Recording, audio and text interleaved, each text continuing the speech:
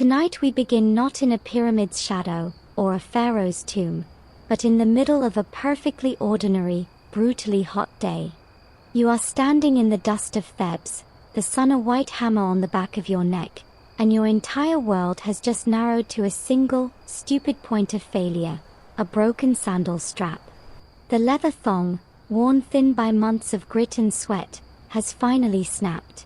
One moment you're trudging toward the market, the next you're hopping, lopsided, on a foot suddenly exposed to sand so hot it could cook an egg. And let's be clear, you probably won't survive this afternoon. Not literally, of course, but in that moment, the dramatic collapse of your plans feels utterly terminal. Your errands are doomed. Your dignity is gone. Your bare heel is about to meet a pavement warmed by a sun that doesn't care about your petty human schedules. So, before you get comfortable, take a moment to like the video and subscribe, but only if you genuinely enjoy what I do here. Now, dim the lights, and let's ease into tonight's journey together. The grit gets everywhere. It's in the creases of your elbows, it grits between your teeth with each breath of the furnace blast wind, and it's the primary enemy of the thing now dangling uselessly from your foot. You look down at the offending article. It's a simple arrangement, a sole, a couple of straps, a loop for the big toe. A design so timeless you could find a version of it in a hipster boutique today, just with a heftier price tag and less donkey dung on it. You sigh, a puff of dust in the shimmering air. The marketplace sprawls ahead, a cacophony of smells, cumin, rotting fish, myrrh, animal sweat, baking bread, and a wall of noise. But you're not heading for the spice merchant anymore. Your path now veers toward a different quarter, a narrower alley where the sound of light tapping and the smell of tanned hides hangs in the air. This is your introduction to a universal ancient truth. Mobility is everything. In a world without cars, without buses, without even paved roads everywhere, your feet are your primary vehicle. A noble in a litter? Here's the exception. For the other 99%, a broken sandal isn't an inconvenience, it's a hard stop. It grounds you as effectively as a seized engine. And in this heat, with responsibilities ticking away like a water clock losing its drip, you feel that paralysis viscerally. You're not just annoyed, you're vulnerable. That thin sole was your passport, your shield, your foundation. And now it's failed. As you hobble toward the cobbler's lane, you pass by monuments to eternity, temple pylons reaching for the gods, carved inscriptions proclaiming names meant to last for millions of years. The mainstream historical fact here is the sheer, overwhelming scale of Egyptian monumentality, their obsession with the permanent. But your immediate reality is the exact opposite. The fragile, the temporary, the thing that wears out. While the pharaohs commissioned granite, you just need something to get you to the well and back without burning your skin off. It's a delicious, human contradiction.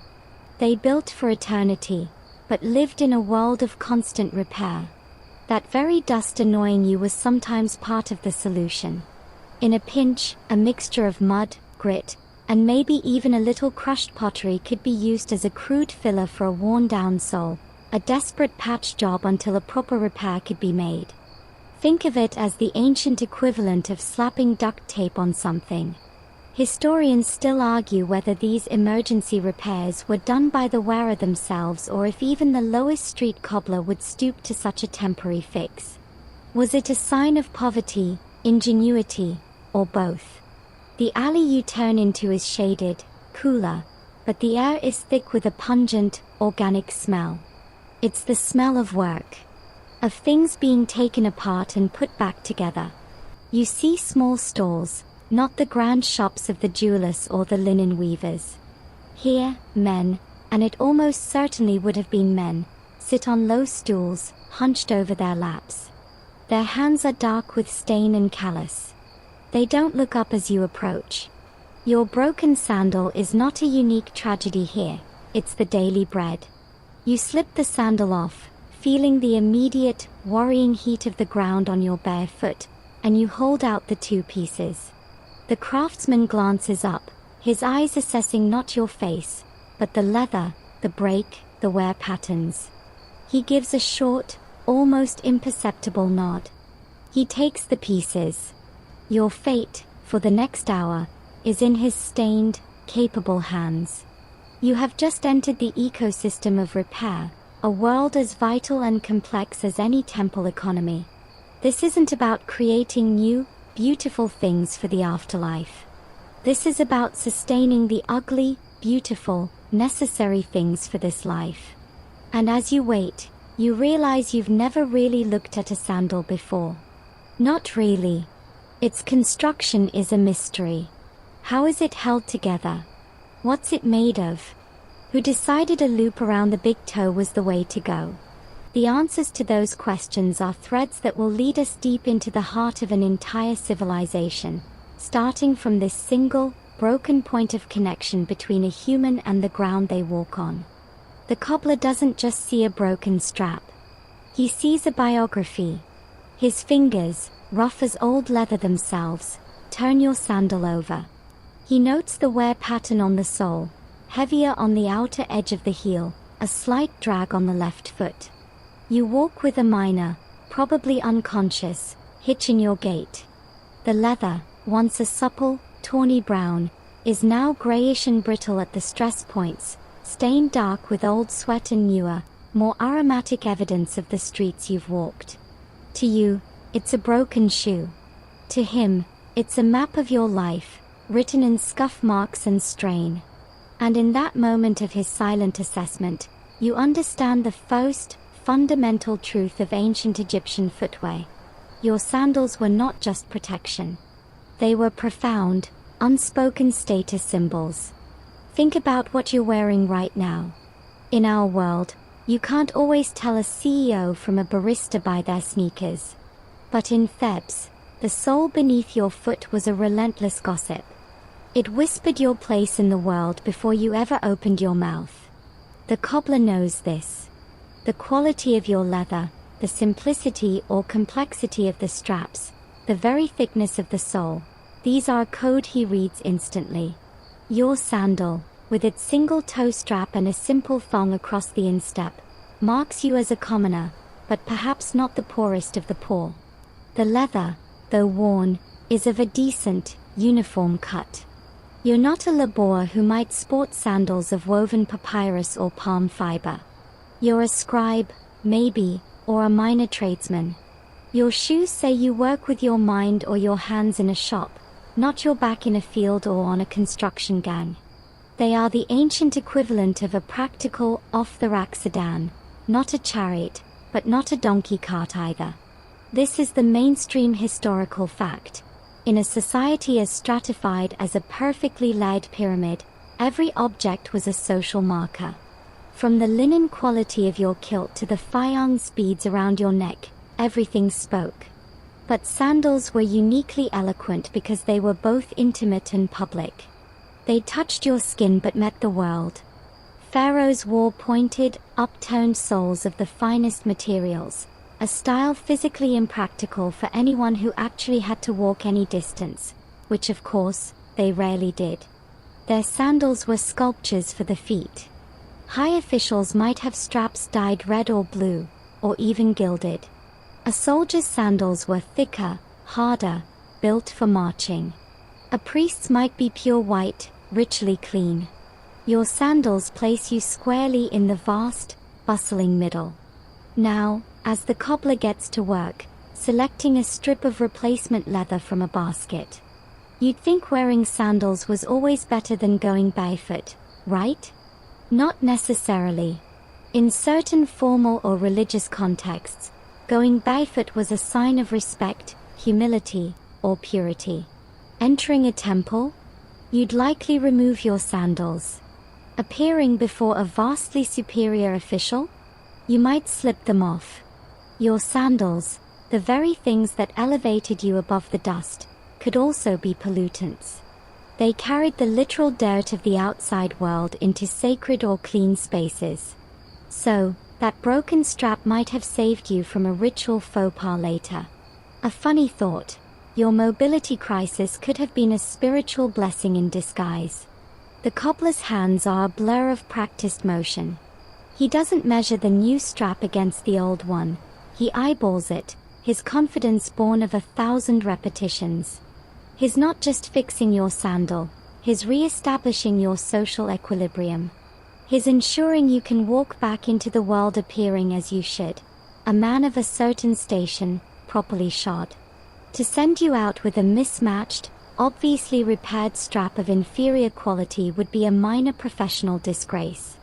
It would make him look bad, and it would subtly downgrade you. The repair, therefore, is an act of social preservation as much as podiatric protection.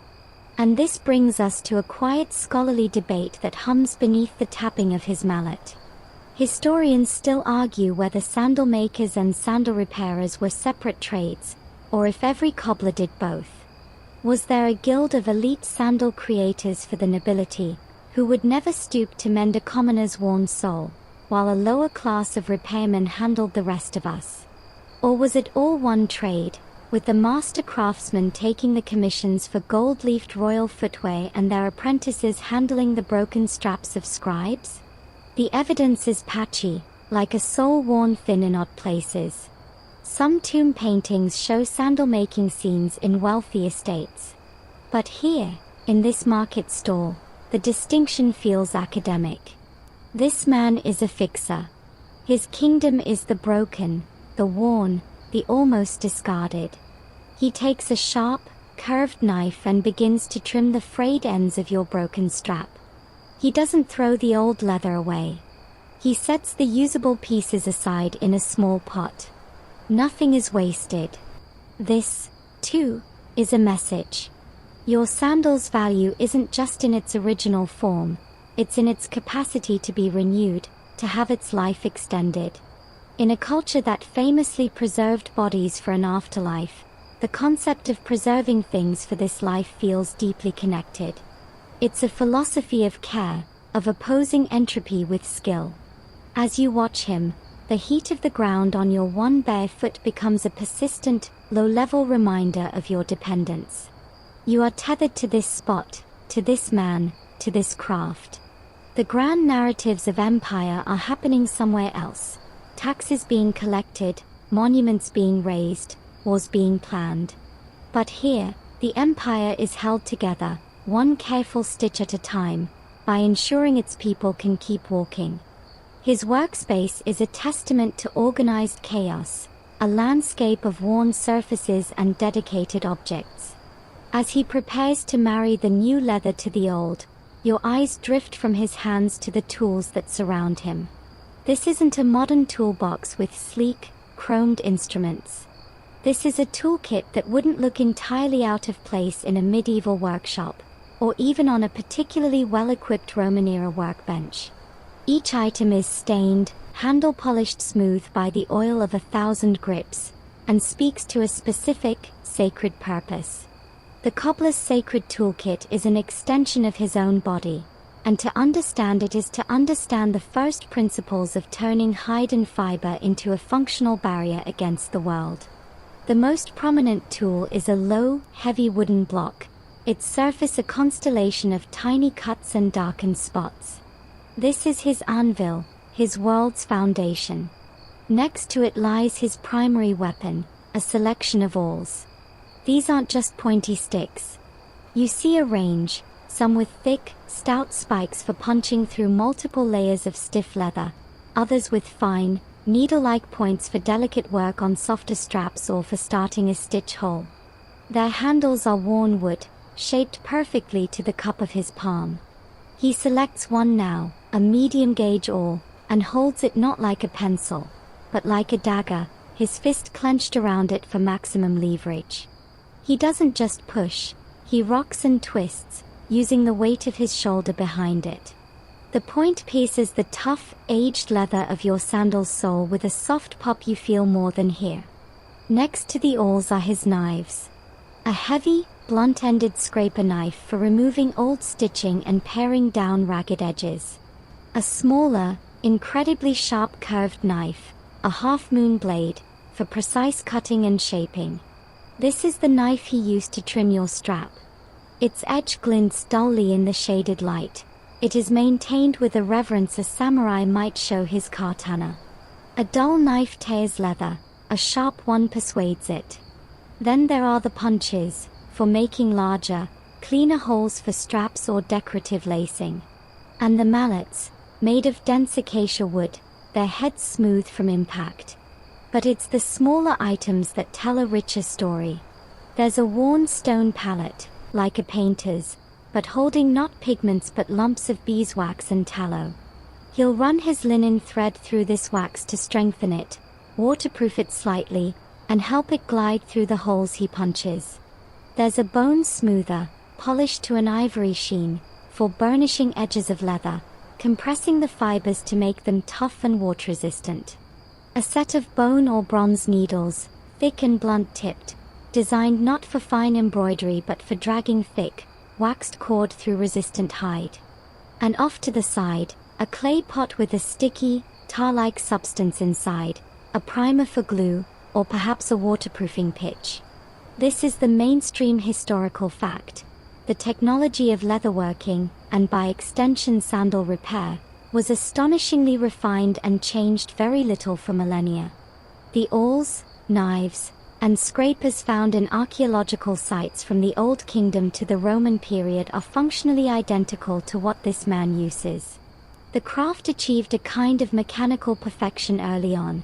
Once you've invented the perfect way to punch a hole in leather, you don't need to reinvent it. It's a testament to the timelessness of the problem. Stuff wears out, and you need specific tools to put it back together. One of the most vital tools in his workshop isn't a tool at all in the traditional sense. It's his mouth. You'll see him constantly putting waxed thread, awl tips, or even small pieces of leather between his lips. He's softening the wax with his body heat, holding a spare needle, or wetting a thread to make it swell and grip. His mouth is a third hand, a temperature-controlled holding clamp. It's a profoundly intimate, unhygienic by our standards, an utterly practical part of the process. Imagine the taste, a constant mix of beeswax, old leather, and perhaps the faint metallic tang of bronze. His craft literally passes his lips every day. His finished punching a new set of holes in your soul, aligning them perfectly with the original ones. He sets the awl down and picks up a needle, threading it with a length of cord he's drawn through the wax cake. Historians still argue whether specialized trades existed within leatherworking itself. Was there a hole puncher and a stitcher in a larger workshop, an assembly line for sandal production? Or was every cobbler, like this one, a master of the entire process from hide to finished, repaired product? The evidence is as fragmentary as old scraps in a midden heap. Some tomb scenes show multiple workers in a single scene, suggesting division of labor. But here, in this one-man stall, the knowledge is holistic. He is the entire system. Watching him, you realize the toolkit is also a memory palace. Each stain on the wooden block recalls a specific repair. Each nick in a knife handle tells of a slip, a lesson learned. The worn spot on his stool speaks of decades of sitting in the same posture. This isn't just a collection of objects, it's an accretion of experience, physical and tactile. He doesn't think about which tool to use. His hand moves to it by instinct, the way your hand finds the doorknob in the dark. The mallet's weight, the awl's balance, the flex of the needle, these are facts he knows in his muscles and bones. As he begins to stitch, pulling the waxed cord through with a soft, rhythmic shush-shush sound, the new strap starts to become part of the old sandal. The toolkit rests, waiting. It has done its part for this phase. These simple, brutal, elegant instruments are the unsung heroes of civilization. While architects had plumb bobs and surveying ropes, this man has his awl and mallet. Both sets of tools build worlds. One builds monuments that aspire to touch the sky. The other builds the small, essential things that connect a human being to the ground, and keeps them moving, one mended step at a time. The new leather strap is secured, but as the cobbler turns the sandal over to inspect his work, your eyes are drawn to the sole itself. It's not leather. It's a rough, fibrous mat, discolored and fraying at the edges. It's been worn thin in the ball and heel nearly to the point of a hole. He runs a thumb over the thin spot, feels the flexibility where there should be rigidity, and gives a low grunt. A simple strap repair won't do. The foundation is failing. He looks up at you not with annoyance, but with the calm assessment of a doctor diagnosing a chronic condition. This sandal needs a resole. And for a commoner like you, that doesn't mean a fresh piece of cowhide. It means a journey back to the very beginnings of the craft, to the world of papyrus and palm. He sets your sandal aside and reaches for a bundle of dried brown reeds stacked against the wall of his stall. This is the raw material of humble mobility. While the elite walked on leather, the vast majority of Egyptians for millennia walked on plants. The craft of turning marsh vegetation into foot protection is one of humanity's oldest forms of engineering. A brilliant, sustainable use of local resources that kept the kingdom's feet, if not comfortable, then at least functional. He takes a handful of the reeds. These are likely from the papyrus plant, but could also be from date palm leaves or halfa grass, and soaks them briefly in a shallow basin of water to restore flexibility. The mainstream historical fact here is the incredible ingenuity of using these ubiquitous plants. Papyrus wasn't just for writing scrolls. Its sturdy triangular stalk was the particle board of the ancient world. Flattened and woven, it became mats, baskets, boxes, boat hulls, and of course sandal soles. It was the original multi-purpose material. The process you're about to watch is agricultural alchemy, turning soggy riverbank weeds into a barrier against the scorching earth. Now watch his hands. He doesn't weave a delicate pattern. This isn't basket making. This is about creating a dense, shock-absorbent pad. He lays out the damp reeds in parallel bundles, then begins lacing another set of reeds perpendicular through them, using a simple over-under technique, but pulling each pass incredibly tight. He uses a flat wooden tool to tamp the layers down, compressing them. He's not just making a mat, he's creating a composite material. The friction between the thousands of reed fibers, locked together under tension, creates a surprisingly resilient surface. It's flexible enough to conform to the foot, but thick enough to insulate from heat and blunt sharp stones. He'll build it up in several layers, creating a sole perhaps half an inch thick. They were likely disposable or at least semi-disposable. A papyrus sandal, constantly exposed to moisture from sweat and the occasional puddle, would eventually rot and lose its integrity. A laborer might go through several pairs a year. This makes the archaeological finds of such sandals rare and precious. They were used until they fell apart, then were tossed into the midden or used as fuel for a fire.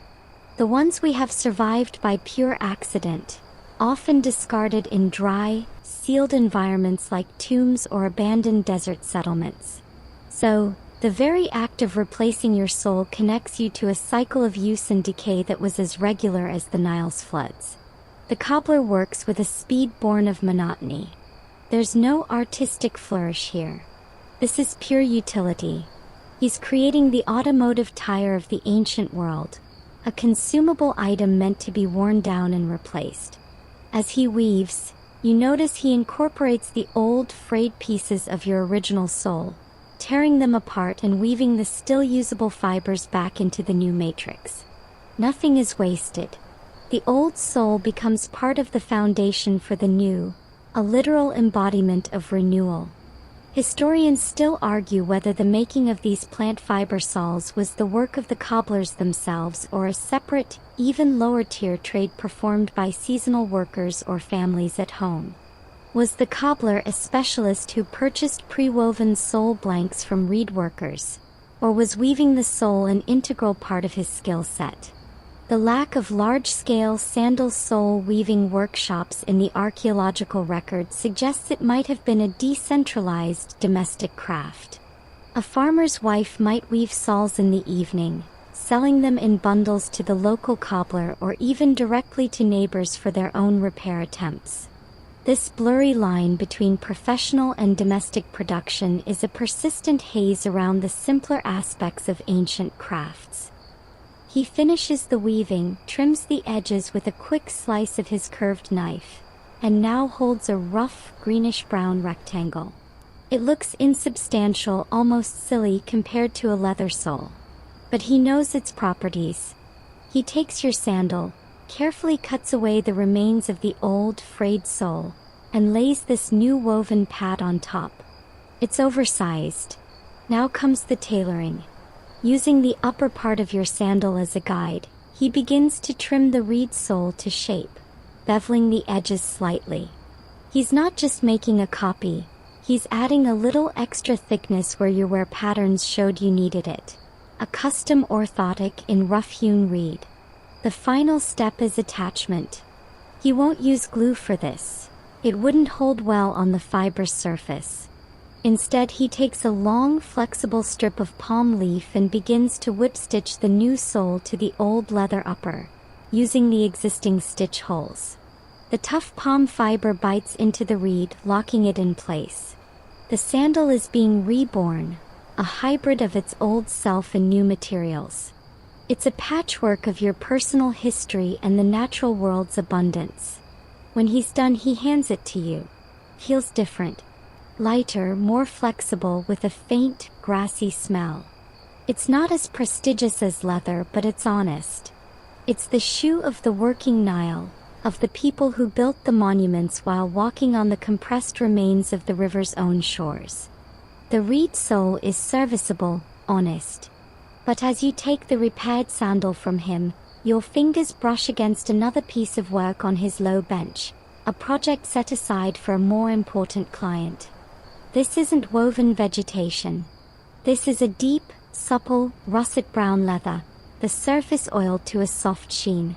The smell is different too, richer, more pungent, a complex aroma of smoke, tannin, and animal musk. It's the smell of wealth, of privilege, of a resource that required life to be taken and transformed through weeks of meticulous, odorous labor. While your foot will be cradled in papyrus, another man's foot will be sheathed in this leather, the elite's second skin. Your cobbler sees your glance. He gives a slight, knowing nod. The world of leather is his high art, the domain where his skill is truly tested and better compensated. The process of turning a raw, flayed hide from a slaughtered cow, goat, or even a gazelle into this sublime material is a ritual of transformation as profound as mummification. It's a journey from the slaughterhouse stench to the perfumed workshop, and it's a story written in salt, smoke, and bark. Let's follow that story.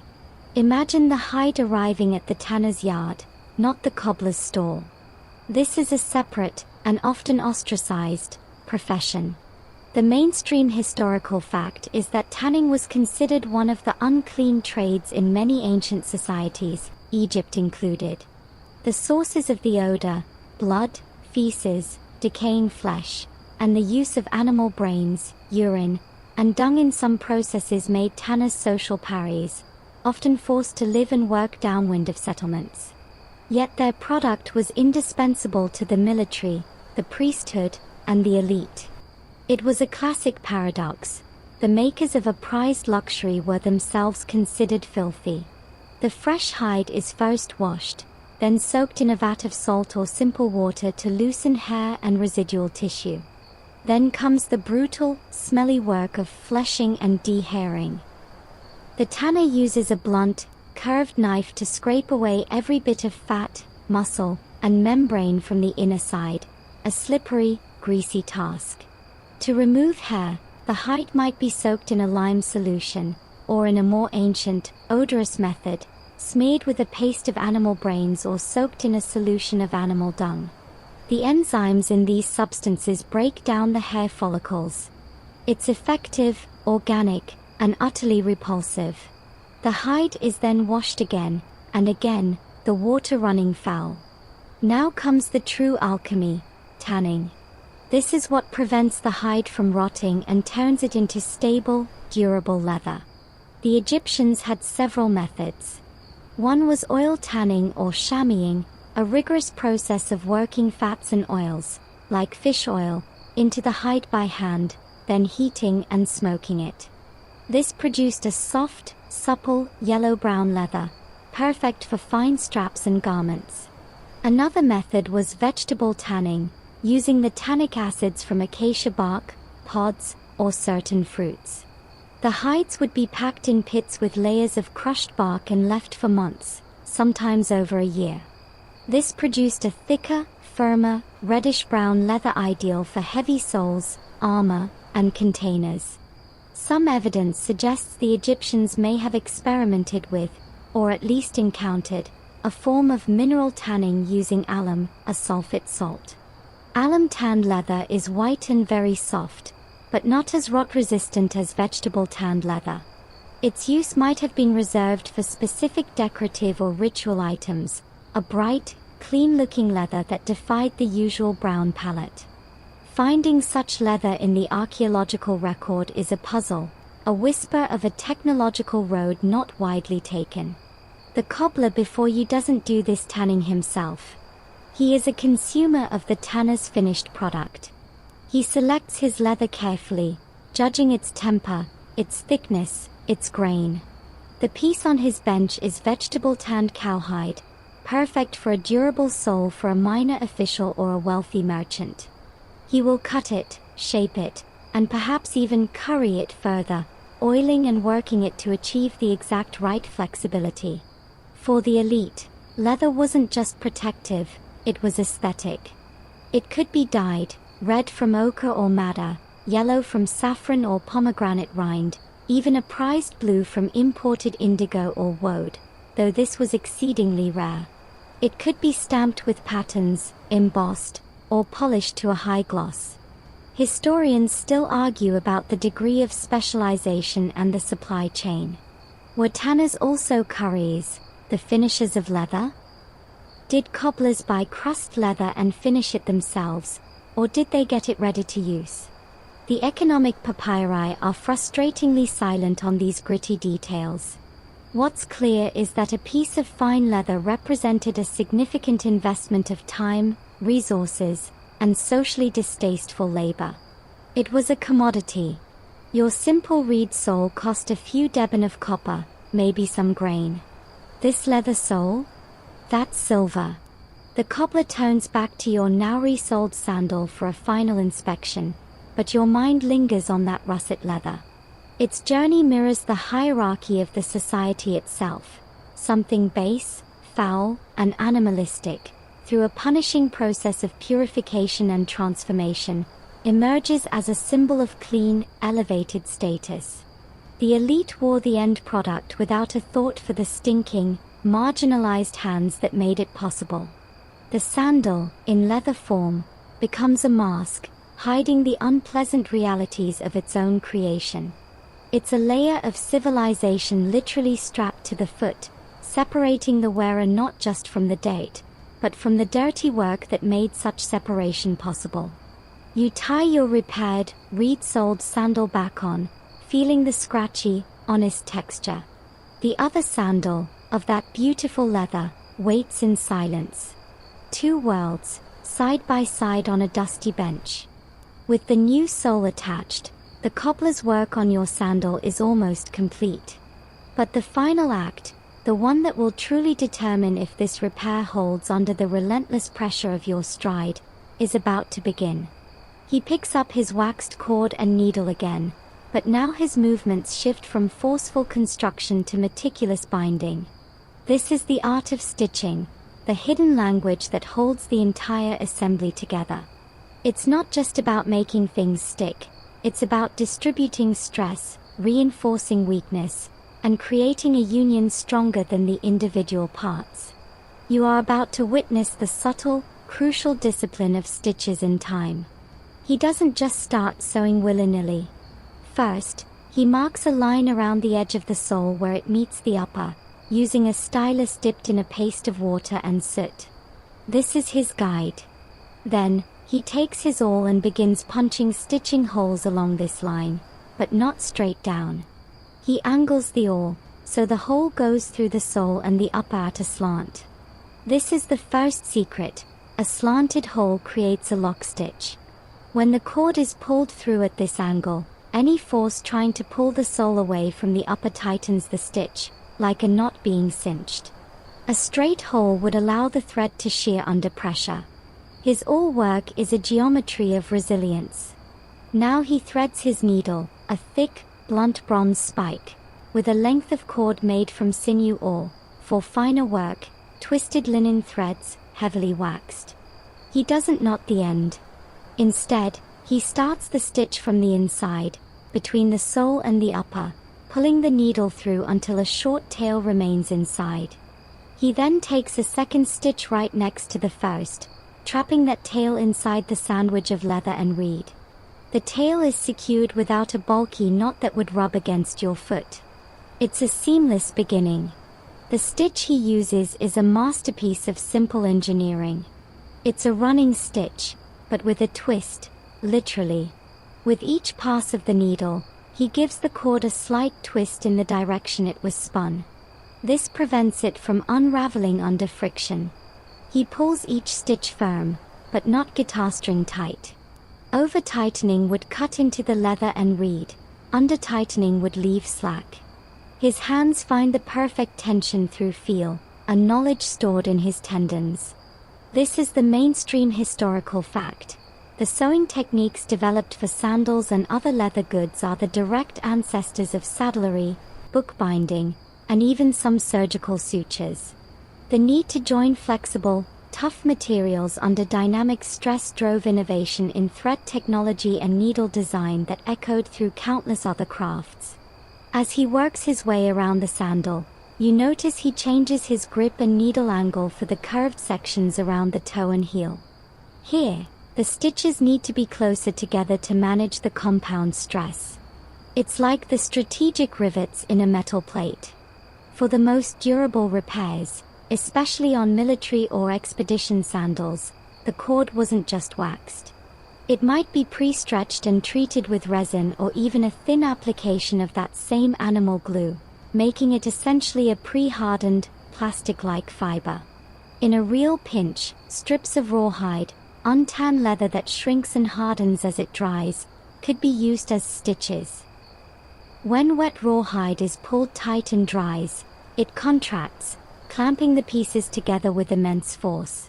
It's a primitive but incredibly effective form of mechanical bonding, a staple of wilderness survival to this day. The rhythm of his stitching is hypnotic. Punch-pull, a soft, susurrating sound of fiber sliding through fiber. It's a sound of care, of incremental security.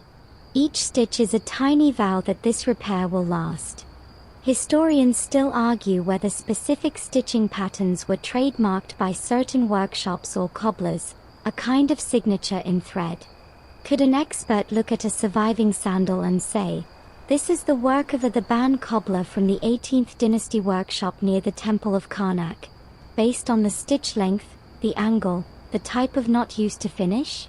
It's a tantalizing possibility, suggesting a level of regional or personal craftsmanship identification we've mostly overlooked in favor of more glamorous art forms. Your cobbler's stitch might be as identifiable as a painter's brushstroke, if only we knew how to read it. He reaches the end of his circuit, having stitched almost completely around the sandal. Now for the finish. He doesn't just tie a knot and cut it. He backstitches 3 times, sewing over his previous stitches to lock the thread in place. Then, he pulls the needle and thread to the inside, between the layers, and snips the cord flush. The end retreats into the darkness between sole and upper, hidden from view and from abrasion. The closure is as neat and internal as the start. The sandal now appears simply whole, with no obvious evidence of the surgery it just underwent, save for the fresh, slightly darker cord tracing its perimeter. He hands it to you. You run your thumb along the stitching. It's a raised, continuous ridge, uniform and purposeful. This isn't just mending, it's reinforcement. The original sandal, at its weakest point, is now arguably its strongest. The stitches are more than fasteners. They are a record of the repair event, a timeline in twisted fiber. They bind not just leather to reed, but the past moment of failure to the present moment of solution, and hopefully, to a future of continued use. In a civilization obsessed with binding things for eternity, linen strips around mummies, stones into pyramids, here is the humble, practical cousin of that impulse, binding a soul to a foot for one more season, one more journey, one more 1,000 steps along the enduring, unyielding ground. The stitching is done, the sandal whole again. But as you prepare to leave, your eye catches the cobbler's next task. He's not reaching for his awl or needle. Instead, he's stirring a small clay pot set over a feeble charcoal brazier. A low, sticky bubbling sound emerges, and a smell, not the clean smell of beeswax or the earthy smell of leather, but something deeper, more visceral, hangs in the air. It's the smell of collagen breaking down, of bones and hides surrendering their essence to heat and time. This is the glue pot, and the substance within is another unsung hero of the ancient material world, the adhesive that held society together, in ways both literal and metaphorical. He's preparing an animal-based glue, almost certainly from hides or connective tissues.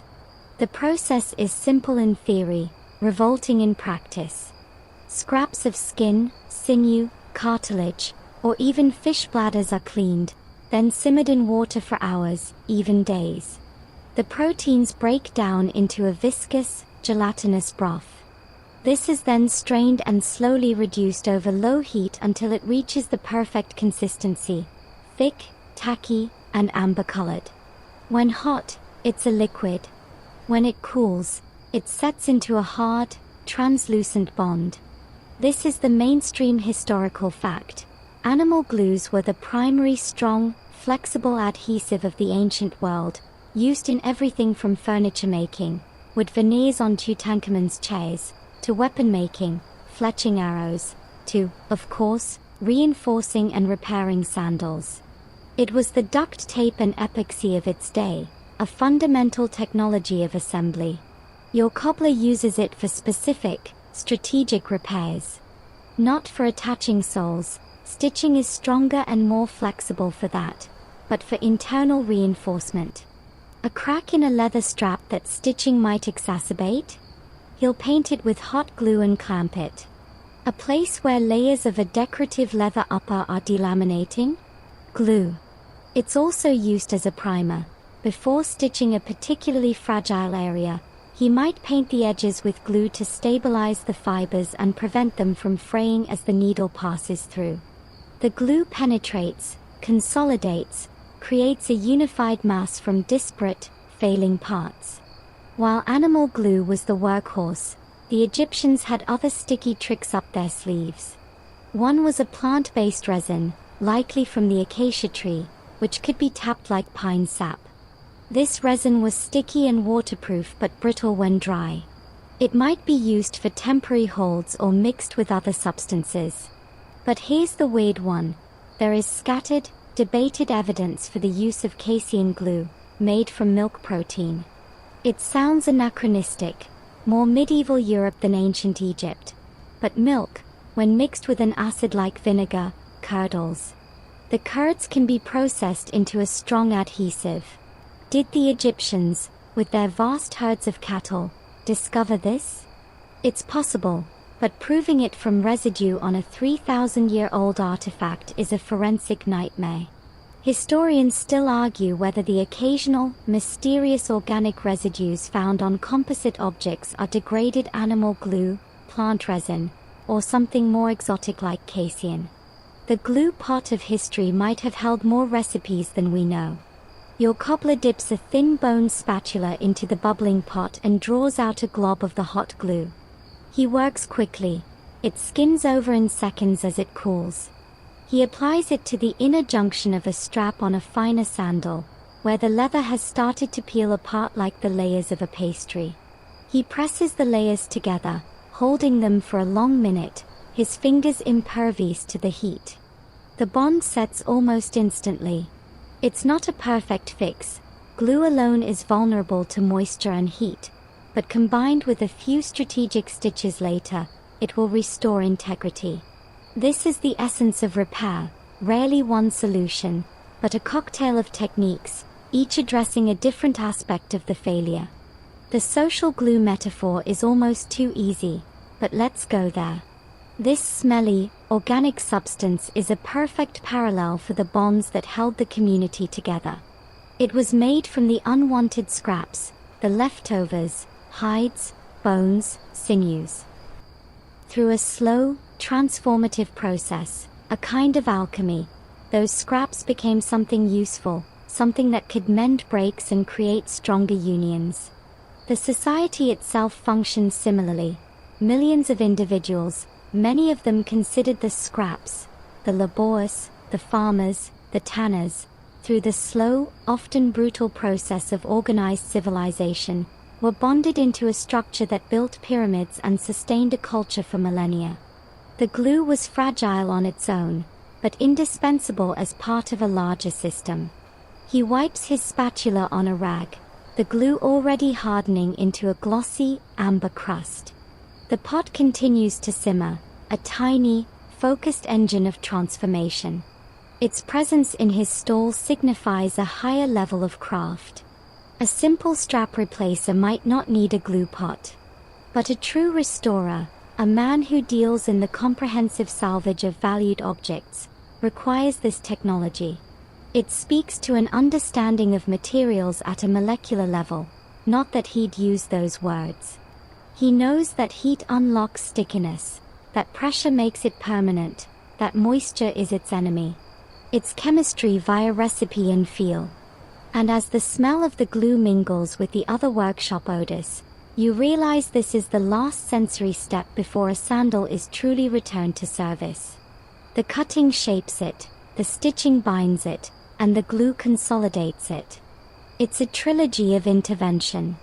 Your own sandal, now resting in your hand, didn't need glue this time.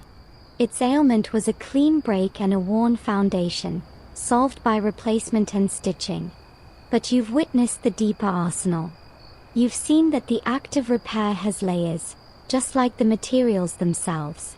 And you walk away understanding that the civilization that seemingly worshipped the eternal was, in its daily, dusty reality, a master of the temporary fix, the clever patch, the stubborn, sticky refusal to let things fall completely apart.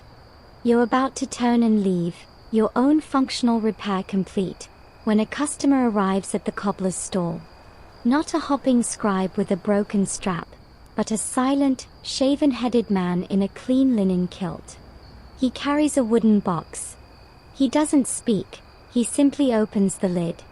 Inside, resting on a bed of cloth, is a pair of sandals that seem to drink the dim light of the alley and reflect it back as a soft, celestial glow. These are not tools for walking. They are artifacts of power, and their repair is not a matter of utility, but of sacred duty. You are now glimpsing the pinnacle of the craft, decorating the divine foot. The cobbler's demeanor changes instantly. The casual, practiced ease he had with your sandal evaporates. He becomes still, reverent. He cleans his hands on a fresh cloth before even looking into the box. The sandals within are for a statue of a god, or perhaps for the mortuary temple of a departed pharaoh, a divine effigy that must be shod perfectly for ritual processions. The soles are thin, delicate leather, not meant to touch common earth. But one has suffered damage. A strip of inlay has come loose from the crossband that would sit over the instep. The task is not to make it strong, but to make it whole and beautiful again. The materials are staggering. The strap is stained a deep, perfect black. Set into this black leather are inlays of turquoise, carnelian, and the most striking, lazuli, a blue so deep it seems to hold night within it. Flecks of gold foil, thinner than a breath, are pressed into the leather around the stones. The mainstream historical fact here is the insane expense and symbolism of these materials. Lapis lazuli came from hundreds of miles away, likely from modern-day Afghanistan, traded along routes so long and perilous its value was astronomical. Turquoise from the Sinai mines. Gold, the flesh of the gods. To use them on footwear, even ceremonial footwear that would never see dirt, was a statement of unimaginable wealth and divine connection. This was the ultimate expression of sandals as status symbols, elevated to a theological level. The cobbler's tools for this are different. He brings out a set of tiny, fine bronze tools, needles, micro-awls, and spatulas no wider than a splinter. His glue pot here is not for animal glue, but for a clear, plant-based resin, warmed gently. The repair is microscopic. He must carefully lift the loose strip of inlay, a tiny rectangle of lapis, clean the ancient, failed adhesive from its back and from the channel in the leather, and then reset it without scratching the stone or smearing glue on the visible surface. His breathing slows. He becomes a surgeon, a restorer of icons. Sometimes, they weren't even fully formed. For certain temple rituals, sandals made entirely of precious materials, beads of gold and faience strung on cords, have been found. They were dazzling, shimmering webs of wealth, but utterly unwalkable. They were symbolic shells, perhaps placed on the feet of a statue or carried in procession. Their repair would have been a jeweler's art, restringing broken threads on a necklace made for a foot. This blurring of lines between sandal maker, jeweler, and priest is where the craft touches the realm of pure sacrament. The cobbler works with a magnifying lens, a polished sphere of rock crystal filled with water. It's a simple but effective ancient magnifier. Through it, the tiny workspace becomes a landscape. He dips the tip of a needle into the warm resin and applies a minuscule droplet to the channel. Then, with a pair of tweezers made from a bent sliver of bronze, he picks up the lapis lazuli rectangle. His hand is rock steady. He lowers the stone into place. It clicks, almost inaudibly, into its bed. He holds it there, not with pressure, but with precise, unwavering contact, for a full minute as the resin sets. Any excess that oozes out, he wicks away with the sharp edge of a dry needle. The repair, when done, should be invisible. The stone should look as if it has grown from the leather for eternity. Historians still argue whether the craftsmen who made and repaired these divine sandals were considered priests themselves, or merely highly specialized artisans working under priestly supervision. Were they part of the Wab priest cadre, required to be ritually pure? Or were they just very well-paid contractors who had to undergo purification rituals before entering the temple workshop? The distinction matters. Was this craft, at its highest level, a spiritual vocation? The care, the silence, the reverence you're witnessing suggests it might have been. He is not just fixing an object, he is maintaining the perfect, unblemished appearance of the divine, which is essential for the cosmos to function. A god's chipped sandal is a cosmological problem. He finishes, leaning back finally. He breathes out a long, slow breath he seemed to have been holding the entire time. The lapis is secure, its blue fire once again part of the patterned strap. He does not hand the box back. He simply nods to the attendant, who closes the lid. The transaction has happened in near total silence. No price was discussed. This is temple business, accounted for in scrolls of linen and wheat elsewhere. You look down at your own repaired sandal, the fresh reed sole and sturdy stitching. It is honest, strong, and born of necessity. The sandal in the box is a lie, a beautiful, sacred lie. It speaks of feet that do not walk, of paths that are ceremonial, of a world where wear and tear is a blasphemy. Your sandal is for the world of dust and effort. That sandal is for the world of perfect, eternal forms. And the same man, in this dusty alley, bridges both worlds. His skill is the constant. It's the purpose that shifts, from sustaining life to upholding myth, all from the same low stool, under the same relentless sun.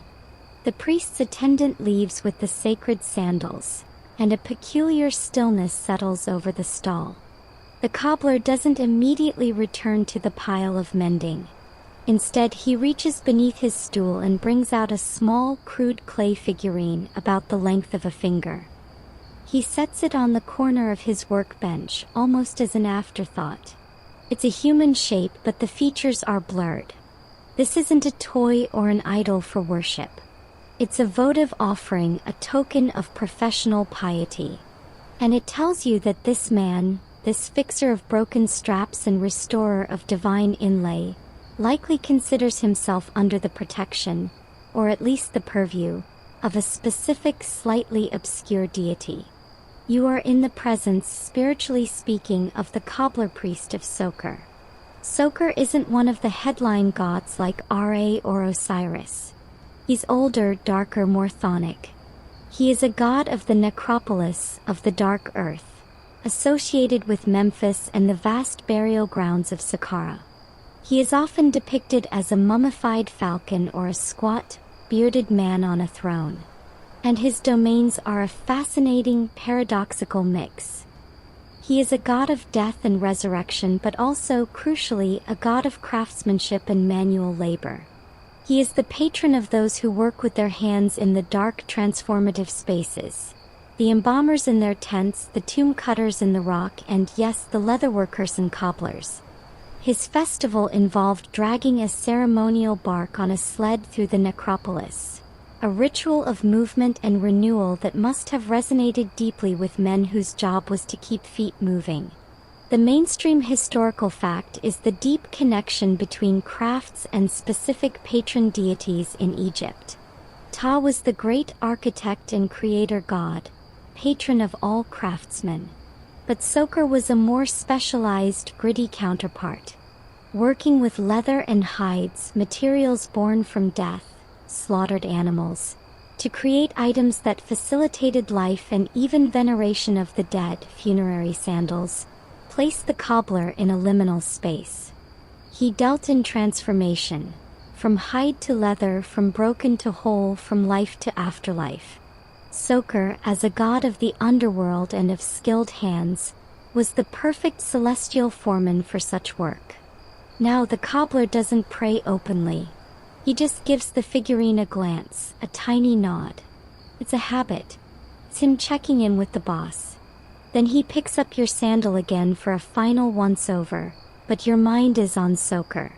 Some scholars believe that the tools of the cobbler, the awls, the knives, the scrapers, may have been seen as symbolic of the tools used by Sokar, or his servants, to open the way for the dead in the underworld. An awl punches through leather. A ritual adze opened the mouth of a mummy for the afterlife. The parallel is poetic if speculative. In a culture rich with metaphor, the act of piercing and stitching leather could easily be seen as a microcosm of the cosmic acts of binding and opening that governed the journey of the soul. This spiritual dimension adds a new layer to the dust and grime of the workshop. The cobbler isn't just a technician. He is a minor node in a vast divine network of making and remaking.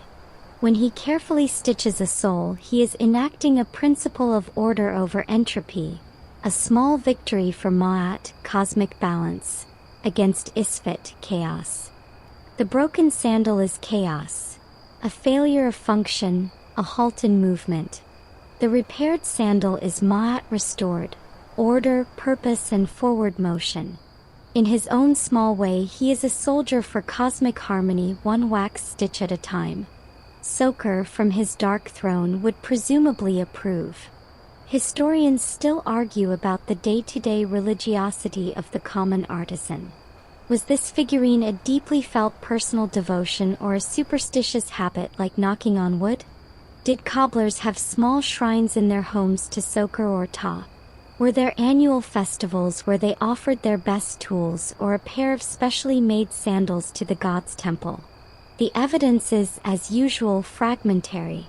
We have votive figurines and the occasional mention in texts, but the inner life of the craftsman is hard to excavate. Yet the presence of the little clay figure on the workbench is telling. It suggests a desire for blessing, for protection from the failures of his materials, for success in his invisible but vital art. The cobbler finishes inspecting your sandal, satisfied. He hands it to you with a grunt that might be done, or might be a prayer of thanks to Soker for an uneventful repair. You take it, and as you do, you glance again at the figurine. It's crudely made, probably mass-produced by a potter for pennies. But in this context, it is charged with meaning. It connects this alley, this smell, this sound of tapping, to the silent depths of the desert necropolis and the cosmic mechanics of death and rebirth. It's a humbling thought. Your simple need to get to the market without burning your feet is now part of a spiritual ecosystem that spans from the slaughterhouse to the stars. You slip your sandal on. The fit is good, the new sole firm. You are ready to re-enter the stream of life. And as you drop a few copper deben into his palm, you realize the transaction is more than payment for labor. It's an offering in a circular economy of skill and sustenance, watched over by a falcon god in the dark. You walk out of the shaded alley and the sun hits you like a wall. But your foot is protected. Order for now is restored. And somewhere in the quiet of the workshop, a god of craftsmen and the dead receives a silent, dusty report of another small chaos averted. Your own feet are now serviceable, but as you step back into the blinding main thoroughfare of Thebes, you see a different kind of customer approaching the cobbler's lane. Not a local, but a sun-leathered man leading a laden donkey, his own sandals coated in the pale, fine dust of the desert roads. He doesn't head for the stall you just left. Instead, he calls out a name, and from a niche further down the alley, another man emerges, his toolkit not on a bench, but packed in a compact leather satchel slung over his shoulder. This is the other side of the trade, the network of nomadic menders, the roadside assistants of the ancient world, who served the lifeblood of the empire, the caravans. You decide to linger, curious. This traveling cobbler is a different breed. His stall is his satchel, his anvil is any flat rock, his workshop is the strip of shade beside a road, a well, or a caravan campsite. His clientele are people in motion, for whom a breakdown isn't an inconvenience in a daily routine, but a potential death sentence in the emptiness between oases. The caravan driver's complaint is a common one. The lashing that binds the sole to the upper on both sandals has been chewed to threads by miles of abrasive sand. They need a complete relashing, and they need it before the caravan moves on at dawn. The mainstream historical fact here is the critical importance of Egypt's desert trade routes, the roads to the gold mines of Nubia, the turquoise mines of Sinai, the exotic goods from Punt. These routes were the empire's arteries, and the caravans that plied them were its red blood cells. A single broken sandal could slow a man, a dozen could slow a caravan, exposing it to bandits, depleting water, and missing crucial market dates. The nomadic cobbler was thus a vital logistical support, as important as the water-bearer or the scout. He was a mobile node of repair, keeping the flow of goods and wealth moving. This cobbler's methods are faster, more robust, less refined than his settled cousins. He doesn't do delicate inlay work. He does survival. He has the caravan driver sit, cut the old, frayed lashings off with a swift slice of his knife, and gets to work.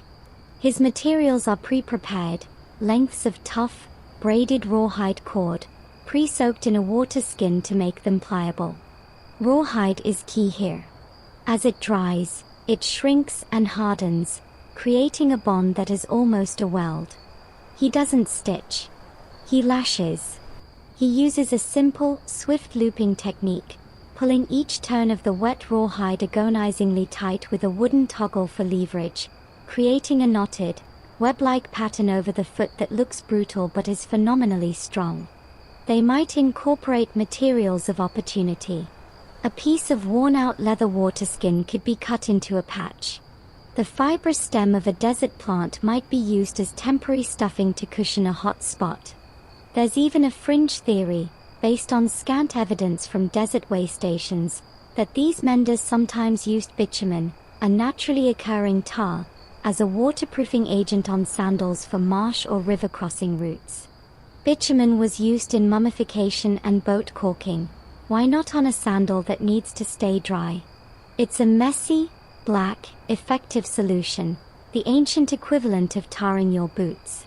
The nomadic cobbler works with a quiet, focused speed. He is part craftsman, part emergency medic. He knows the caravan won't wait. His reputation travels with the traders. If his repairs fail in the desert, he won't get business at the next oasis. His quality control is enforced by the brutal logic of survival. As he tightens the last rawhide turn, he doesn't trim the ends short. He leaves a little tail. In a few hours, under the desert sun, the rawhide will shrink and harden. Then he'll trim the tails flush.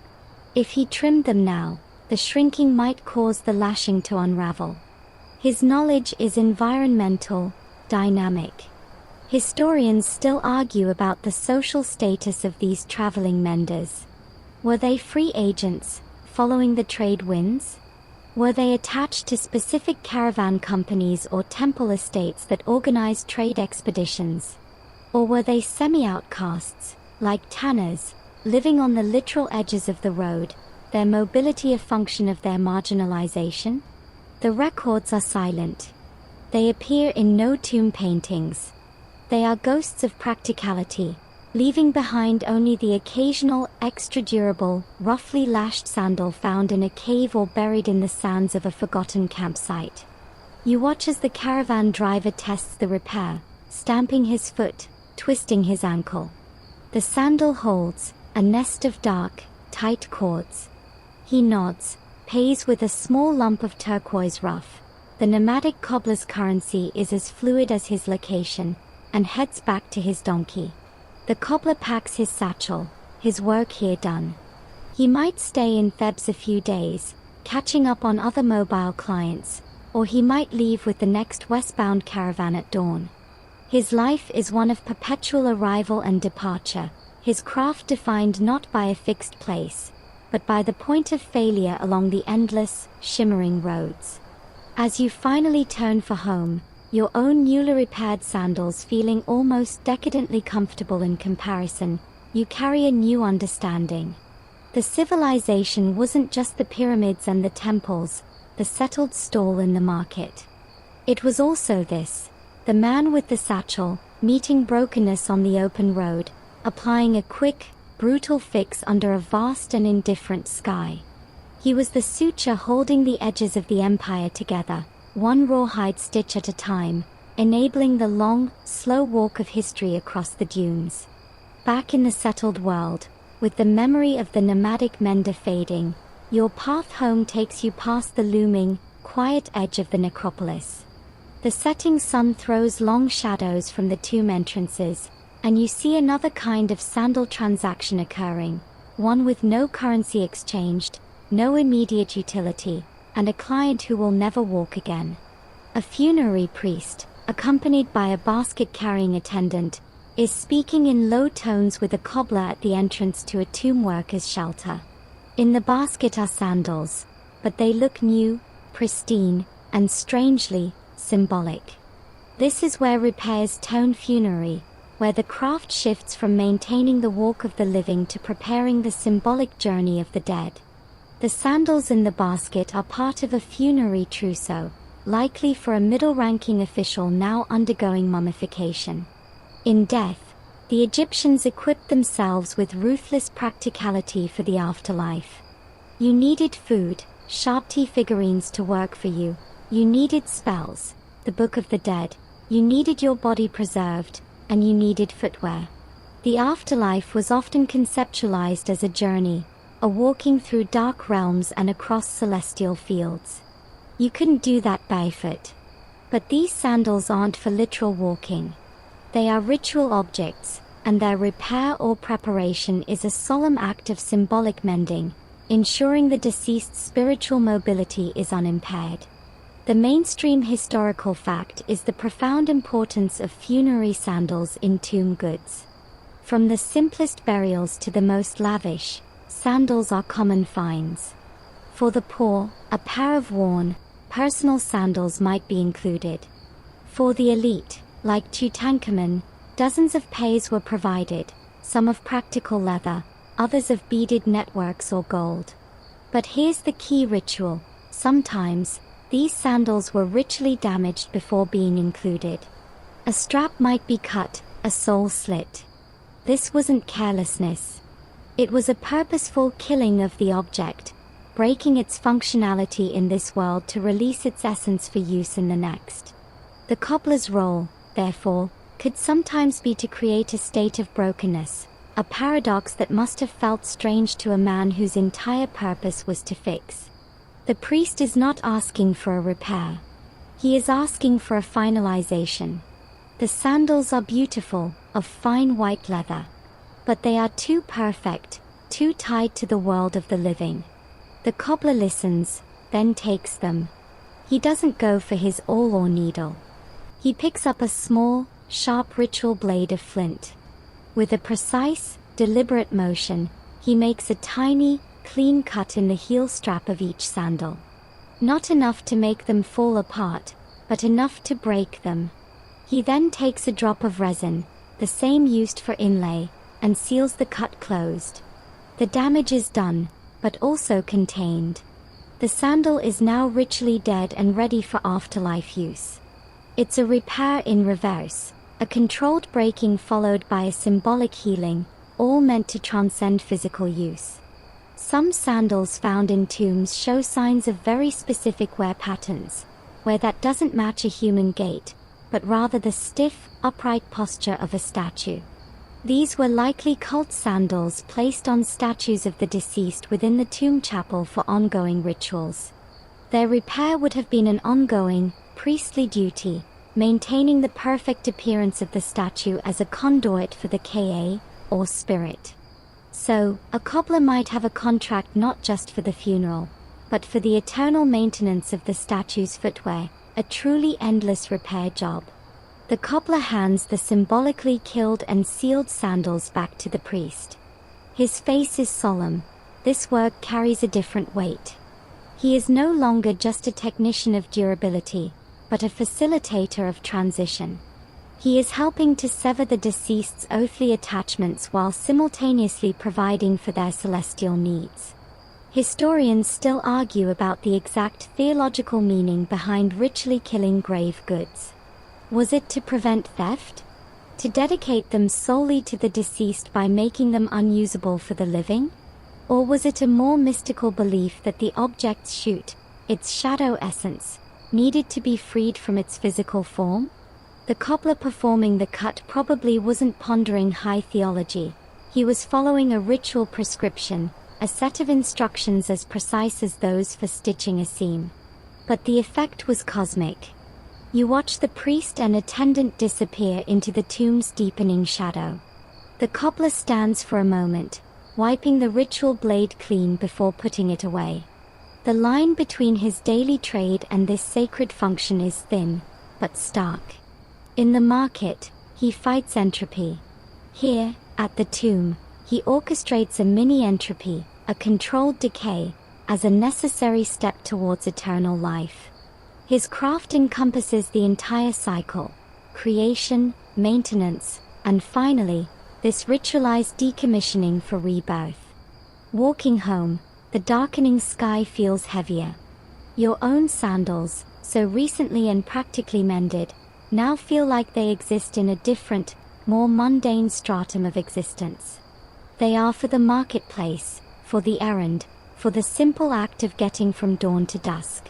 The sandals in that basket were for a journey of millions of years, through Duat, the underworld, to the field of reeds.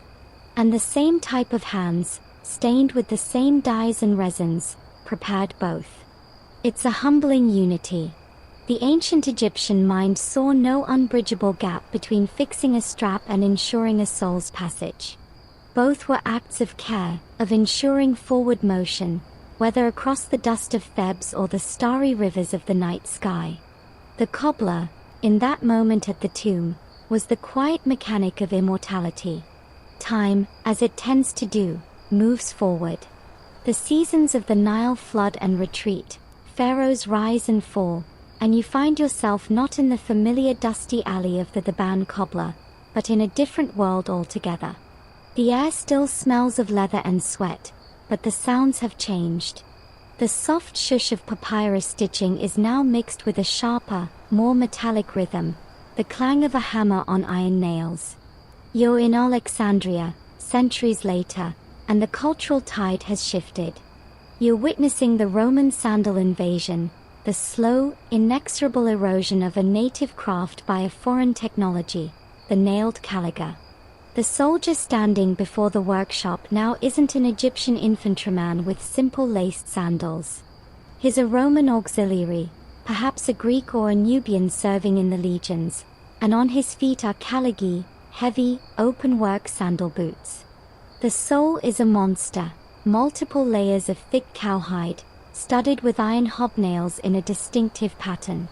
It's not woven, not simply stitched. It's engineered. The Egyptian cobbler, now older, his son working beside him, looks at this object with a mix of professional curiosity and deep-seated unease.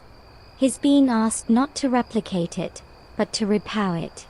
The empire has changed, and the craft must adapt or wither.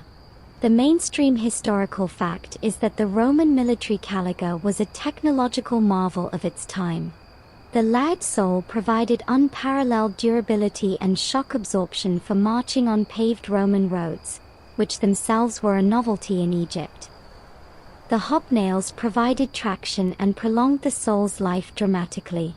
They could be replaced individually as they wore down, a modular repair system. This was mass-produced, standardized footwear for an army that was itself a machine. The delicate, individualized craft of the Egyptian sandal maker, with its focus on materials like papyrus and its reverence for the unique wear pattern of a client, is facing its obsolescence. The repair is a puzzle. The problem isn't a torn strap, it's a broken iron nail that has sheared off flush with the sole, leaving a rusty stump in the leather, and the leather layers around it have started to separate. The Egyptian cobbler's tools are suddenly inadequate. He needs a pair of iron pincers to extract the nail stump. He needs a fresh, standard-issue hobnail. He doesn't have these. He sends his son running to a nearby Roman fabrica, a military workshop, to barter for the correct parts. The craft is now dependent on a foreign supply chain. The autonomy of the local workshop is broken. The hobnail patterns on caligi soles were not just random. They often formed specific grips, and some scholars playfully suggest that the distinctive imprints left in mud or clay could act as a kind of regimental identifier, like tire tracks. More pragmatically, the pattern kept mud from building up in a solid, slippery cake. The Egyptian cobbler, used to flat, fibrous or smooth leather soles, must have pondered the sheer aggression of this footwear. It was designed not just to protect the foot, but to dominate the ground it walked on. Its repair was less about renewal and more about maintaining a weapon. The son returns with a few hobnails. The old cobbler, under the watchful eye of the impatient auxiliary, attempts the repair. He has to use his own small hammer, not a heavy iron one. He manages to extract the old nail stump with difficulty. He aligns the leather layers, thicker and more stubborn than he's used to, and drives the new hobnail in. The clank-clank sound is alien in his workshop. It feels like a violation. But the nail seats firmly, clamping the layers together with a brutal, mechanical efficiency no stitch could match. The repair is strong, but it lacks elegance. It lacks the integrated, organic feel of his own work. It is a plug, a patch, a mechanical fix. Historians still argue about the speed and depth of this technological transition. Did Egyptian cobblers quickly adopt nailed construction for their own non-military clients? Or did the traditional stitched sandal persist for centuries among the native population, a quiet act of cultural resistance?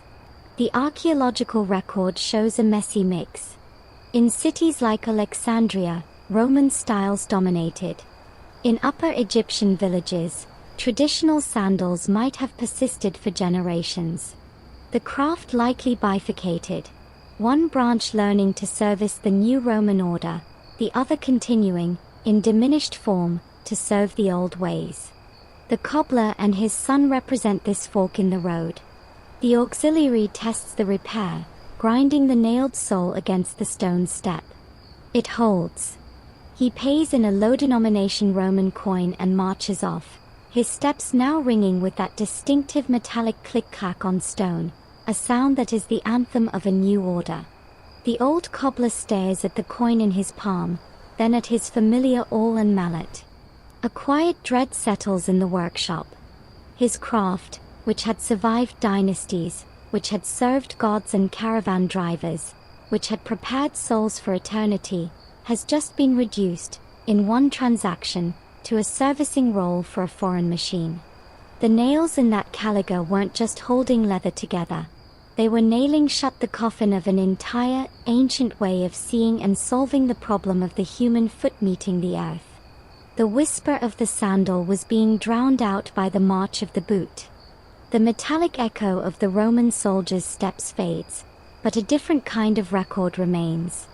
It's not in the leather or the nails, but in the fragile, cursive script covering scraps of papyrus and potsherds in the cobbler's modest living quarters behind the stall. His son, more literate than him, is going over the accounts. These are the scrolls of cured leather, not literally, but figuratively, the written footprint of the trade. While the physical sandals rot away, these texts, these laundry lists of labor and material, are the true fossils of the craft. They tell a story of economics, of personal struggle, and of a world where even the mender needed a paper trail. You see, the cobbler didn't just work for copper deben and the occasional lump of turquoise. He worked on credit, he paid taxes in kind, he had contracts. A scrap of papyrus might be a receipt for 10 pairs of soles delivered to the estate of a minor noble, payment. 2 sacks of emmer wheat and a jar of oil. A potsherd, an ostrakon, might be a hastily written memo from a temple scribe. For the sandals of the statue of Ptah, 2 straps of new black leather, to be delivered before the new moon. Another might be a list of tools needing replacement. 1 awl, broken. 2 palm thread needles, lost. This is the bureaucratic underbelly of the sacred craft, the mundane pulse that kept it alive. The mainstream historical fact here is the astonishing level of daily literacy and administrative record-keeping in Egypt, even among the lower middle classes of skilled artisans. While your cobbler might only have been semi-literate, someone in his household, a wife, a son, could read and write enough to manage these necessities. These records, often found in trash heaps or reused as mummy cartonnage, are gold mines for historians. They reveal prices, the social networks of clients, the supply chains for materials, like that specific black leather for temple use, and the slow creep of inflation over centuries. A repair that cost 1 deben of copper in the 18th dynasty might cost 3 in the Ptolemaic period. The son reads aloud a concerning entry. It's a loan note. The cobbler borrowed a quantity of good quality goatskins from a tanner 6 months ago, promising payment in finished sandals. The sandals were delivered, but the tanner is disputing their quality, claiming the stitching is inferior and the leather was poorly curried. He's threatening to take the matter to the local court. This is the gritty reality. Reputation was everything, and disputes over workmanship were settled not just in the alley, but in front of magistrates. The craft had legal dimensions. Could a poor stitch be legally defined? It seems it had to be. Some of the most personal records are practice exercises or letters. A cobbler's son, learning to write, might practice his alphabet by listing the tools of his father's trade. Awl, knife, mallet, thread, wax. It's a touching glimpse of a child bridging two worlds, the manual and the scribal. In one famous letter from Deir al-Medina, the village of tomb builders, a worker writes home asking his family to tell the cobbler to mend my sandals, for they are in pieces. Even across distance, the assumption is that the local cobbler is a known entity, a fixed point in the community's life, his address and skill set part of the shared mental map. The son puts the worrying loan note aside and picks up another, older papyrus. This one is different. It's not an account. It's a diagram. Faded ink lines sketch the outline of a foot, with measurements noted in cubits and palms. Beside it are notes. For use a hat, son of Kenna. Left foot drags. Add 2 layers at lateral heel. Use softened leather for strap over old scar. This is a bespoke prescription, a record of a specific client's needs and the prescribed remedy. It's a medical chart for a sandal. Historians still argue whether such records were common, or if this is a rare survival. Were master cobblers, like master physicians, keeping case files on their long-term clients, noting their changing gait, their bunions, their scars? It suggests a level of personalized, iterative care that turns the cobbler into a proto-podiatrist, his workshop a clinic for weary feet. The old cobbler listens to his son read the dispute note, his face tightening. Then he gestures to the prescription. That is his truth. That is his craft. Not the debts, not the Roman nails, but this, the knowledge of a man's foot, recorded and acted upon. The written word, which so often feels like the domain of priests and tax collectors, was also his ally. It was memory made external. It ensured that when user hat came back in a year, his specific needs would be remembered, even if the cobbler's own memory began to fade. As the son carefully rolls the papyri and stores them in a clay jar, you realize these texts are the real repair manual. Not a single how-to guide exists for ancient Egyptian sandal repair, no manual of stitches. The manual is this disparate collection. The loan note that specifies the quality of leather expected, the temple order that dictates the ritual color, the personal prescription that records a bodily idiosyncrasy. The craft's knowledge was held in the hands, yes, but also in these scribbled, fragile, bureaucratic echoes. They are the stitches holding the memory of the trade together across time, long after the last awl has rusted to dust. Centuries collapse. The dry Egyptian air that preserved papyrus records now hums with a different kind of energy. The low-frequency thrum of climate control and the faint, digital chirp of machinery. You are no longer in a dusty alley but in a clean, white laboratory. Your sandal, not the one on your foot but its spiritual descendant, a 3,000-year-old specimen from a tomb, rests not on a cobbler's bench, but on a padded tray within a large donut-shaped machine. A modern archaeologist, clad in a lab coat rather than a linen kilt, watches a screen as ghostly, luminous cross-sections of the sandal materialize. This is the CT scanner, and we have entered the age of the modern soul meeting the ancient soul. The sandal on the screen is a ruin.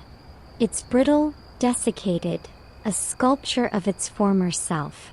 To the naked eye, it appears as a single crumbling object. But to the scanner, it is a universe of data. The mainstream historical fact leveraged here is the revolution in non-destructive archaeological analysis. CT, computed tomography, scanning borrowed from medical technology, allows researchers to see inside an object without touching it, to map its density, its layers, its hidden injuries. They are not repairing the sandal. They are performing a digital autopsy to understand its life and its ancient repairs. The archaeologist zooms in on the heel area. On the surface it just looks worn, but the cross-section reveals a story. There are 3 distinct layers of material. The top is the original leather upper. Beneath it, the scan shows a middle layer of a different density. A patch of papyrus fibers, clearly cut to shape and inserted as a stiffener. Beneath that, the original sole, but with an extra thin strip of leather glued along its edge. This sandal didn't just wear out, it was doctored. Repeatedly. The papyrus insert wasn't part of the original design. It was a later intervention, a structural reinforcement added by a long-dead cobbler to compensate for the wearer's collapsing heel. The thin strip on the sole's edge is a rand, a sacrificial piece added to extend the sole's life before a full resole was needed. This isn't one sandal. It's a palimpsest of care, a timeline of interventions written in leather and reed. By analyzing the density and alignment of the fibers in that papyrus insert, and comparing it to the wear patterns on the sole, the software can model the gait of the wearer. It can suggest that this person favored their left foot, putting excessive pressure on the lateral heel, which caused the leather to fail inward, hence the need for the internal papyrus brace. The sandal is no longer just an artifact. It's a biomechanical record. It tells us about the body that wore it, about a limp or an old injury that some ancient cobbler tried to mitigate with his limited materials. The cobbler's pragmatic fix has become a window into ancient physiology. The archaeologist points to another area on the scan, where the stitching threads appear as tiny, discontinuous tunnels of slightly different density. "Look here," she says, her voice low with excitement. The thread type changes halfway along this seam. The first half of the stitching shows the consistent, tight pattern of a professional, using a fine waxed linen thread. The second half is looser, the tunnels larger and more ragged, suggesting a thicker, perhaps rush-based cord clumsily applied. Historians still argue whether this represents a two-phase repair, a professional job later patched by the wearer themselves in a moment of desperation, or evidence of an apprentice taking over from a master mid-repair. The scan can't give the motive, but it vividly reveals the event. Catches the ancient moment where skill failed and necessity took over, freezing that handover in 3 dimensions. You watch as the software compiles a 3D model, rotating the ethereal, blue-hued sandal in the silent void of the screen. The modern world, with its silent scanners and terabyte storage, is engaging in the deepest form of respect for the ancient craft. It is looking with godlike attention at the work. It sees the careful paring of the leather edge, the angle of the awl holes, the slight overlap of the patch. It appreciates, in a way even the original cobbler couldn't, the ingenuity of his solutions. The scanner is the ultimate witness, confirming that the humble repair was not a forgettable act, but a data point in human resilience. The sandal is carefully removed from the scanner and returned to its climate-controlled box. Its journey is complete. It walked the earth, was mended, walked some more, was buried, was excavated, and now has been translated into light and data. The craft of its repair, once a sweaty, smelly, immediate act of problem-solving in a sun-baked alley, now exists as a series of perfect, ghostly slices on a server in Basel or Boston. The connection is haunting. The ancient cobbler, trying to give his client one more year of mobility, could never have imagined this future audience for his work. Yet, in a way, he achieved a kind of eternity not through gold or grand inscriptions, but through the sheer, stubborn care embedded in his stitches, care so durable it can still be read, not by the eyes of a fellow craftsman, but by the laser light of a machine he would have considered magic. The sterile, digital silence of the lab recedes, replaced by a familiar, comforting cacophony. The hum is not from machines, but from humanity, the shouts of vendors, the bleat of a distant car horn, the murmur of 1,000 conversations in Arabic. You are in a narrow lane in Khan el-Khalili, the Great Cairo Souk. The smells are a complex perfume of cardamom coffee, baking phyllo, diesel exhaust, and the unmistakable, rich scent of animal hide. You've followed the thread from Thebes to Alexandria, from the tomb to the laboratory, and now you've come to the end of the line, or perhaps to its fragile, fraying continuation. You are here to listen for the last echo in a Cairo souk. You find him not in a shop, but in a crevice between a spice merchant and a seller of brass lamps. His stall is a cave of leather, rolls of it, strips of it, finished bags and belts hanging like fruit, and at his feet, a pile of worn shoes awaiting his attention. He is an old man, a mukaris, a cobbler. His hands are as dark and stained as his ancient Theban counterparts. His awl and knife are familiar, his posture on the low stool identical. But the shoes in the pile are a diaspora of the modern world. Sneakers with split soles, leather loafers with worn heels, a child's sandal with a broken plastic strap. The world has moved on to vulcanized rubber, mold polymers, and globalized disposable fashion. Yet, here he sits, a rock in the stream, mending. You hand him something simple, your own modern leather sandal, with a strap that has pulled loose from its glued anchor. He takes it, turns it over. He doesn't see a branded product, he sees a problem of attachment. He doesn't reach for glue. He picks up his awl. He will not simply re-glue the strap, he will stitch it back on, punching new holes through the modern synthetic sole, marrying the old method to the new material. It will be stronger than the original. As he works, the sounds of the 21st century souk fade beneath the rhythmic, timeless tap-tap of his small hammer on the awl, and the soft shush of the wax thread he pulls through. This sound is the echo. Faint, almost drowned out, but unmistakably the same. The mainstream historical fact embodied in this man is the stubborn persistence of artisanal repair in the face of a throwaway economy. In much of the world, it's cheaper to buy new than to mend. But here, in the economics of the souk, his labor is still valued. His clients are not antiquarians. They are ordinary Karens for whom the price of new shoes is a meaningful sum, or who have an attachment to a particular pair. He represents continuity, not as a museum piece, but as a living, breathing, economically viable practice. He is the undeniable proof that the core principles of the craft, diagnosis, material conservation, manual skill, still hold intrinsic worth. As he stitches, you notice the differences. His wax thread is likely nylon, not linen. His awl may have a steel tip.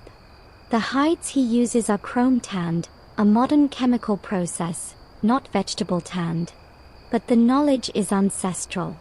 The way he angles the awl, the precise tension he keeps on the thread, the efficient way he ties off the stitch inside the shoe where it won't rub, these are techniques passed down, not through scrolls, but through muscle memory and the watchful eyes of apprentices. He might not know the name Soka, but he knows the pride of a job done right, so it lasts. If you listen to him talk to the boy who brings him tea, perhaps a grandson, he doesn't just give orders. He explains. You see how the grain of the leather runs here? You must stitch with it, not against it, or it will tear.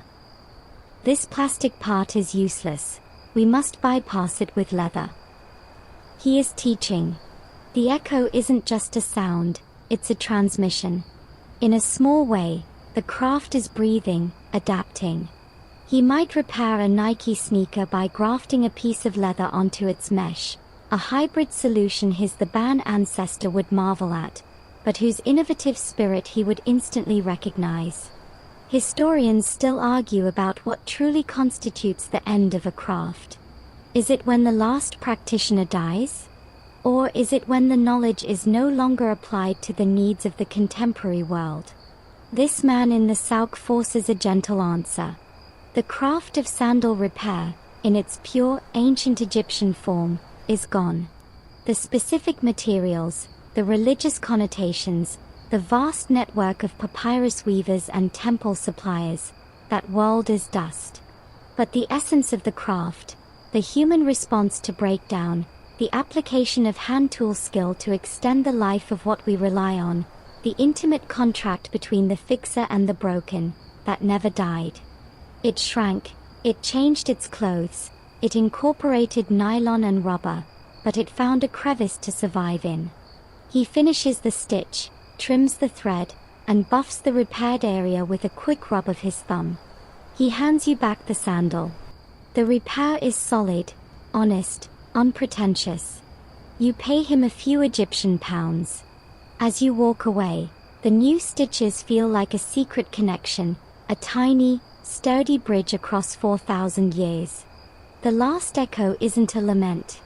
It's the quiet, persistent tap tap tap that says some things, even when they are no longer necessary for survival, are still worth preserving simply because they are good. Because they represent care in a world that often forgets how to fix things, preferring to replace them. And in that simple, stubborn act of mending, the soul of the ancient cobbler, his practicality, his resilience, his quiet dignity, walks on, one careful stitch at a time, into whatever future awaits. The story of the sandal, you see, is ultimately the story of the ground. That unchanging, unforgiving surface that meets every step we ever take.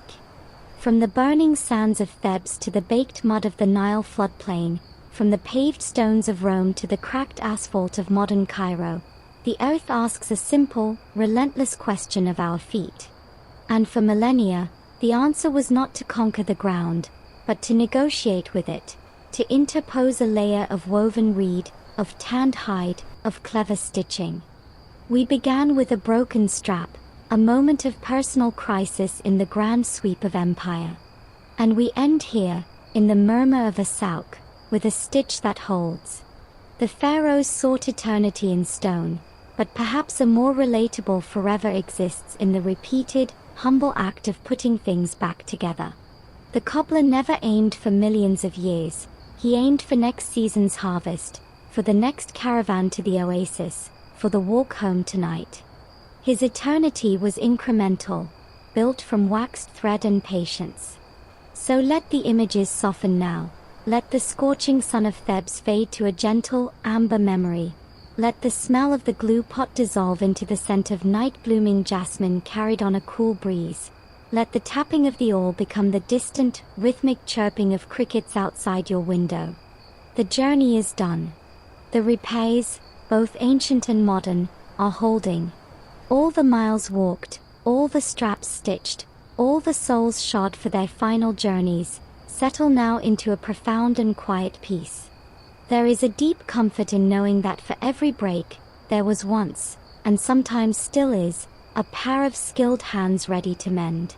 That the world, for all its colossal changes, still has places where things are fixed rather than discarded. Where care is woven into the very fibers of what we use. Let that thought cradle you now.